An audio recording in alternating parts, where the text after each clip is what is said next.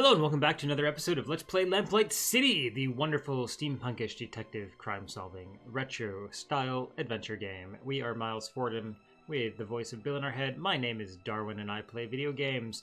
So, we are currently on the case of the Good Man, and we are trying to find out why someone was murdered in a part of town he never went to, in clothes that weren't his. Was it a double life, or is it something different than that? So we are investigating the murder site. We need to speak to Dr. Edwards about the murder. He's the coroner. Find Jimbo at the Crimson Cat. Let's see. Where are we going to go?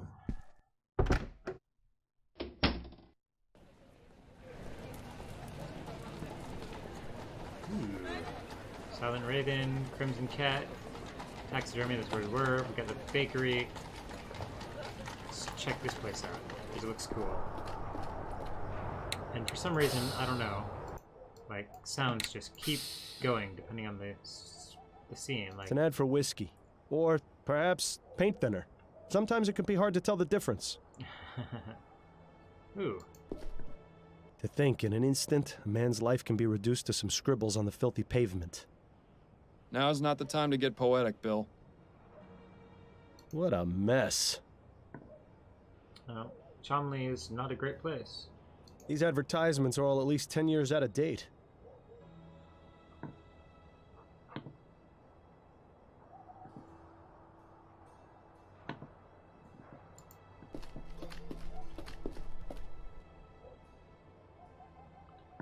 Hello. Yesterday's rain has made the water level rise significantly. Is it just me, or does it look like there's something resting at the bottom of the drain? If there is, I have no way of getting to it through the drain cover. Securely fastened, unfortunately for you. If only there was some way to undo these bolts and remove the drain cover. Alright, so we need to find something to do the bolts. Anything else? Your mascot seems to be a raven with a glowing red eye. Is that meant to attract customers or to scare them off? I suppose you could do worse, as far as bar names go.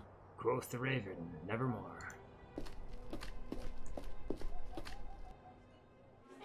My, this grog shop looks pretty rough, even by chum standards. Let's keep a low profile while you're in here, Miles. That guy's been in the coffee shop before, too. Doesn't look like cleaning up is high on the list of priorities around here.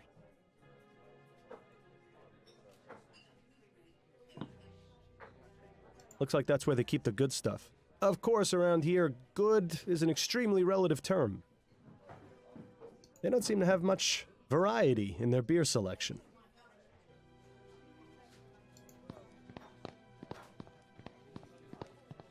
Excuse me, barmaid? Hi, what do you need?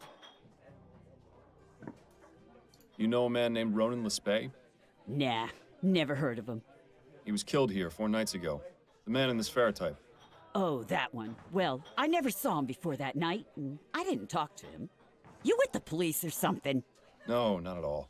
I'm just trying to help his sister find out what happened. So are you done with the questions? Can I get you a drink or what? Yeah, she's a shrewd businesswoman. You at least have to give her that. Were you working on election night? Pal, I'm here most every night. So that's a yes, then?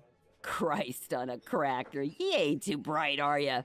Yes, I was here on election night. There's no need to be rude about it, madam. Tell me what you know about the murder that took place outside on election night.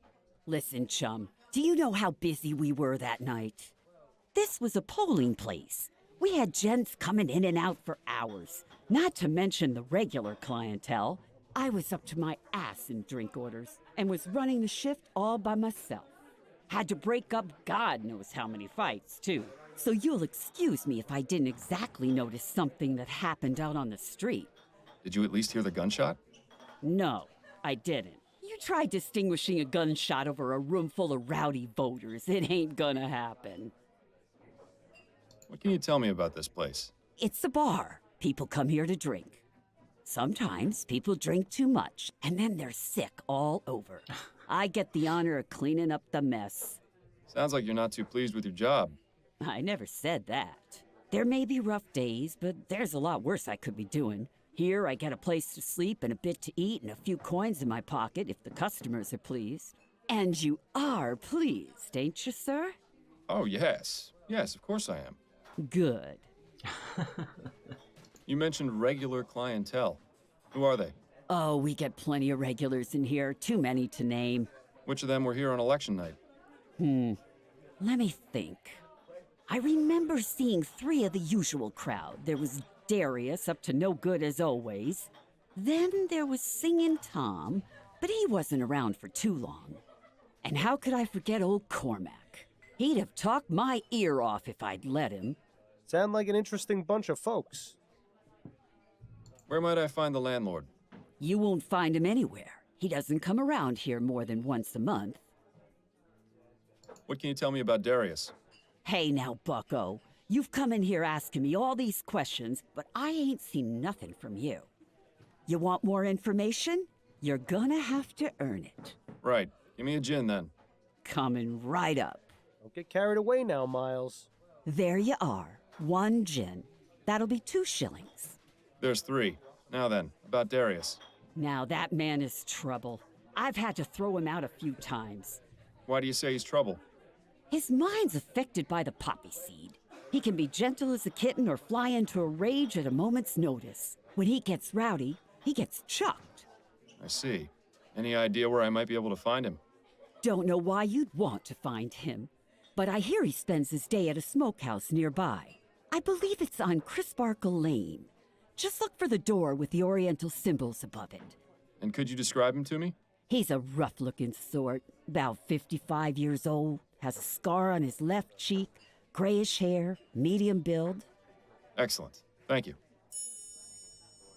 New person to check out. Who is Singing Tom?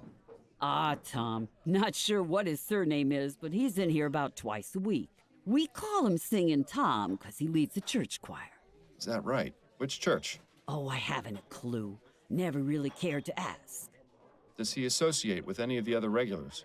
I've seen him talking with Darius a few times. They seem to be on friendly terms. Tell me about Cormac. He's in here most every night. Doesn't speak to many people, just me. And a right chatterbox he is, too. Between you and me, Cormac stinks. I can understand why he doesn't keep much company. He stinks? Aye, he's a sewer worker. Spends all his day underground in the muck, so he always reeks of shit. I see. Any idea where specifically he works? I believe he's at the treatment station, over near the ferry terminal. If this is going where I think it is, then I'm especially glad I can't smell anything anymore. So we'll need to talk to him. Have you worked here long? 13 years. I see. Anything else you can tell me about yourself? I ain't the friendly type. Right. Understood.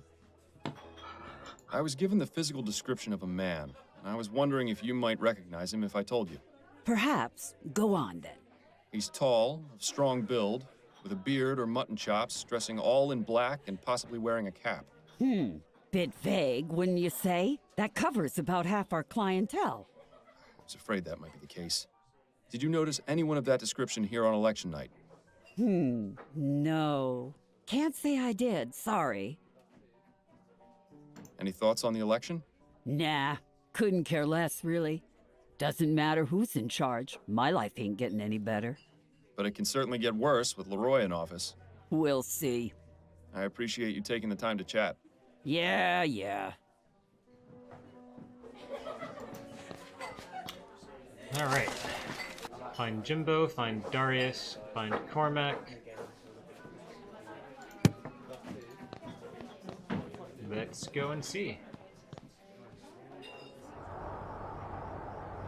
We're gonna need something for that drain, so let's keep our eyes open. Some type of bolt remover. Sewage sounds fun. So this is what it's come to, eh? Braving the stench of human waste in hopes of finding a lead. Just make sure you stay away from the edge.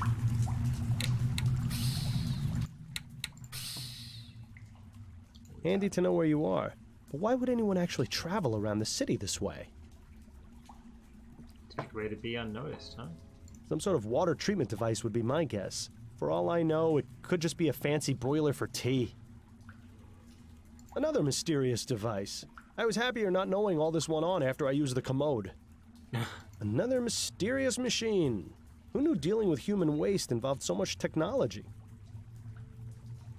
I hope those aren't full of what I think. While you could use a bath, I don't think this is the right place to take a dip. Begging your pardon, sir. What? Who are you? What are you doing down here? My name's Miles Fordham, and I'm a private investigator. I'm looking for a sewer worker by the name of Cormac. You needn't look no further. But what is this about? I just have a few questions for you. All right. Cormac will answer them, but don't dally for too long. It can be dangerous down here for anyone who's not trained as Cormac is. You know a man named Ronan Lespay? Cormac knows few men. People don't much like talking to a man who spends his days in the sewers. Can't really blame him for it. It's hard to get a stink off, so why bother even trying? You didn't answer my question, though. Do you know Ronan Lespay or not? Could you describe him? Cormac's got a better memory for faces than for names. I have his portrait. Here, have a look. Ah, yes. Cormac saw this fellow recently. On election night? That's right. He come into the bar, voted, went out. Looked drunk to Cormac, but then everyone at that place usually is. Why does he refer to himself in the third? Do you frequent a pub called the Silent Raven? Yes. The Raven is where Cormac goes to forget about the day's work. The barmaid, Nicole, she's a good sort. We likes talking about the ponies down at the track. Nicky loves her some racing. She gives Cormac drinks for cheap in exchange for odd jobs. Nice to have your own personal sewer man, I suppose. She's really the only one Cormac talks to. There's a few others Cormac sees often, but Cormac hasn't spoken with them. Cripes. This guy goes on, doesn't he? To be fair, you were warned. Do you know anything about the murder that took place outside the Silent Raven on election night? Murder? Ah, yes. The commotion out in the alleyway. That's right. Did you see or hear anything? It was a touch noisy that night, what with all the election stuff happening, but Cormac remembers the sound of the gun. One shot, and then shouting and hollering from the bar. A few people run outside to look at what happened, but Cormac just stayed in his seat and finished his whiskey. So you didn't see the man who was shot, or who shot him? No, keeps to himself, Cormac does. Makes life easier that way. Could he be any more unhelpful? Actually, it's probably best not to find out. Is it difficult being a sewer worker? Difficult? Nah, it's a dream. Especially since they introduced all these steam tech treatments and purification whatsits. The only thing Cormac's got to do is check the little dial never goes into the red on old Belinda. Belinda? Aye, the purifier. She's a real special lady who's made Cormac's life so much brighter. Cormac makes sure to thank her each and every day. Wonderful. We're talking to a lunatic. Wasn't so easy a few years ago. Back then it was tapping on pipes all day. Tapping on pipes? To make sure they was flowing fine and not blocked. Cormac would take his little hammer and tap, tap, tap on the pipes to make sure they was ringing fine. You can imagine what that was like. Tap, tap, tap. Ring, ring, ring. All day, up and down, over and over. The tapping stopped, but the ringing never left. Still hears it to this day, Cormac does. That explains a lot. Do you have any opinions regarding the election? Cormac hears lots of things about Atwood, but he's the one what's got this new machinery put into the sewer system. It's still a job for Cormac, so all that talk about being replaced by machines is just talk, for now. But Leroy says he wants to give the workers their fair chance, so Cormac can't argue with that. What about you? I would have preferred Atwood stay in office myself. Bah, they's all the same in the end. One way or another. No point worrying, says old Cormac. Would you be able to remove the cover of a storm drain? Yes, of course, sir. Cormac's got the right tool for the job. Just a few twists from old Mary here, and any drain will open up like a Christmas rose. Excellent. Would you be able to open the storm drain outside the Silent Raven? Suppose so, yes. But Cormac ain't allowed to just open up drains as he sees fit. What do you want this drain open for?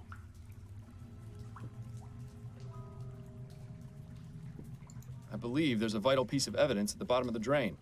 You don't say. It's quite true. It may even help me solve a murder.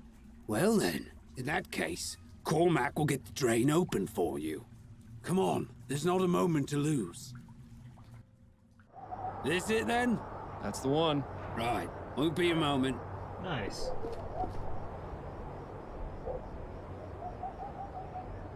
There we are. Thank you for your help, Cormac. Not a problem. Now, if you don't mind, Cormac's just going to pop inside for a quick pint. Alright, let's go check out the drain. Detective work is a dirty job, but someone has to do it. Don't forget to roll up your sleeve. I really hope there's something down there. Ugh. This is almost as bad as the time I had to search for that stolen necklace in a pile of horse manure. I'm really glad I didn't draw the short straw in that case. Well, how about that? Wish the police had found this so I wouldn't have to carry it around. Nothing else down there but dirty water. My.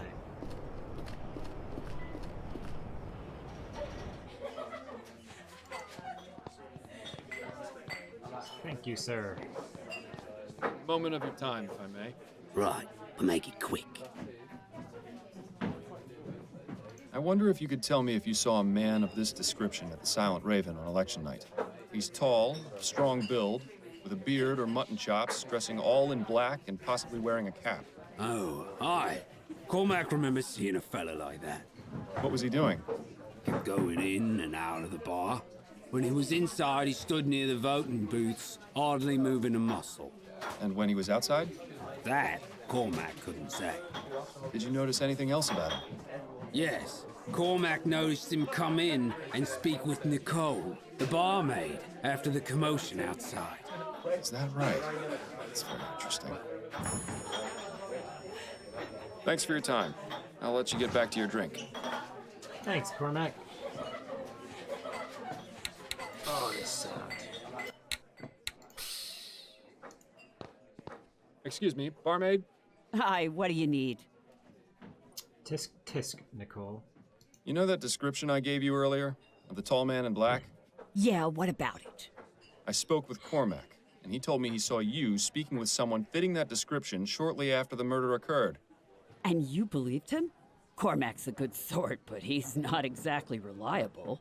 I'd say he's twice as reliable as you are. Now tell me the truth, or I'll have you in as an accomplice to murder.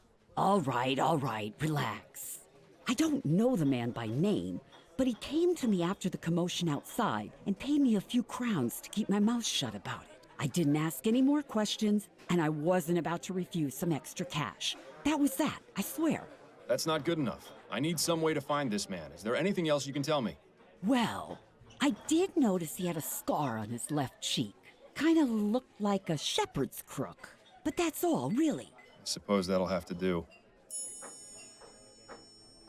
I appreciate you taking the time to chat. Yeah. Oh, we still need to find Jimbo at the Crimson Cat and Darius at the Opium Den. Pistol. Cormac's been the most helpful person so far. No suspects yet. Alright.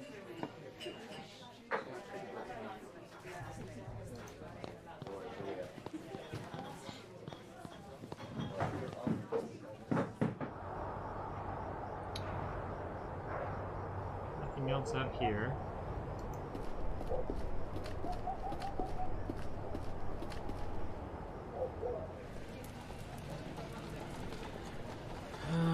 Well, we're already in Chomley. Oh, don't get to zero anymore, so if we need to talk to Cormac, he's going to be at the Raven. So let's head out to the Opium Den.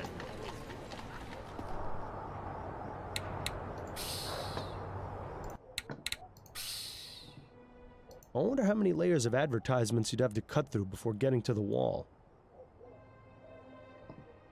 Crisparkle Lane. Nothing crisp or sparkly about it. I can't make heads or tails of it, but I'll bet you 10 crowns it doesn't say welcome. Alright, well, we are at time for this episode. I think we'll go into the Opium Den next time.